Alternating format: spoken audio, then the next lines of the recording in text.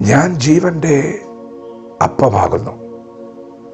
എൻ്റെ അടുക്കൽ വരുന്നവന് വിശക്കയില്ല, ദാഹിക്കുകയില്ല. ഞാൻ ജീവൻ്റെ അപ്പമാകുന്നു. ദൈവത്തിൻ്റെ മാറ്റമില്ലാത്ത വചനം ശ്രദ്ധിക്കുന്ന പ്രിയപ്പെട്ടവരെ, ഈ പ്രഭാതത്തിൽ നിങ്ങളുടെ ഭവനത്തിൽ നിങ്ങൾക്ക് വേണ്ടിയുള്ള ആഹാരം ഒരുക്കപ്പെടുന്നുണ്ട്. നിങ്ങളത് കഴിക്കുകയും ചെയ്യും. ഇന്നലെയും അതുപോലെ തന്നെ ആയിരുന്നു. നിങ്ങൾക്ക് വേണ്ടിയുള്ള ആഹാരം ഒരുക്കപ്പെട്ടു, നിങ്ങളത് കഴിച്ചു. നിങ്ങളത് കഴിച്ചപ്പോൾ നിങ്ങൾക്ക് ആ സമയത്തൊരു തൃപ്തി വന്നിട്ടുണ്ട്, ആഹാരം തീർന്നിട്ടുമുണ്ട്. എന്നാൽ വീണ്ടും ഇതാ ആഹാരം ഒരുക്കപ്പെടുകയാണ്. കാരണം നിങ്ങൾക്ക് വീണ്ടും വിശക്കുകയാണ്. ആഹാരങ്ങളിങ്ങനെ ഒരുക്കപ്പെട്ടുകൊണ്ടിരിക്കുന്നു. നിങ്ങളുടെ വിശപ്പ് മാറുന്നേയില്ല. എന്നാലിതാ നിങ്ങൾ കേട്ടുകൊണ്ടിരിക്കുന്ന വചനം, ഇത് ജീവൻ്റെ അപ്പമാണ്. ഇന്നലകളിൽ പിതാക്കന്മാർക്ക് വേണ്ടി ചലിച്ച വചനം, അതേ വചനം, അവരെ തൃപ്തിപ്പെടുത്തിയ വചനം.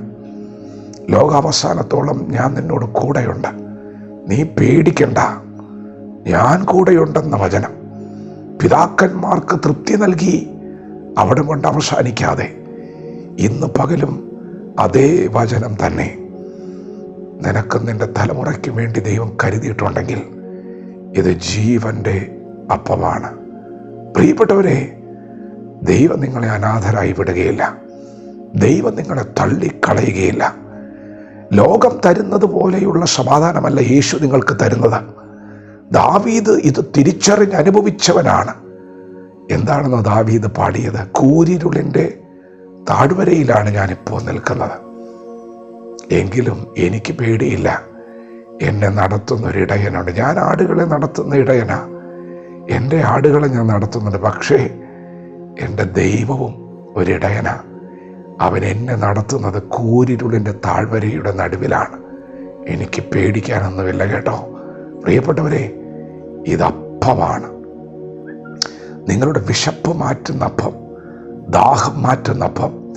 ദൈവം നിങ്ങളെ ഒരു നാളും കൈവിടുകയില്ല. വിശ്വസിക്ക്, ഇത് നിങ്ങൾക്ക് വേണ്ടി ദൈവത്തിൻ്റെ കരുതലാണ്. യേശുവിൻ്റെ രക്തം നമ്മുടെ സകല പാപവും പോക്കി നമ്മെ ശുദ്ധീകരിക്കുന്നു എന്ന വചനം ഇന്ന് പകൽ നിങ്ങളെ ശുദ്ധീകരിക്കും.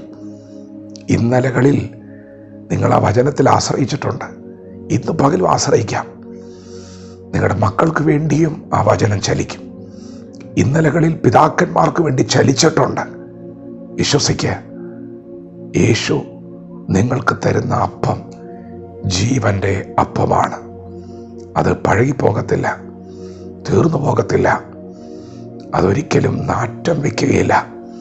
പ്രിയപ്പെട്ടവരെ, അത് ജീവനുള്ള അപ്പമാണ്.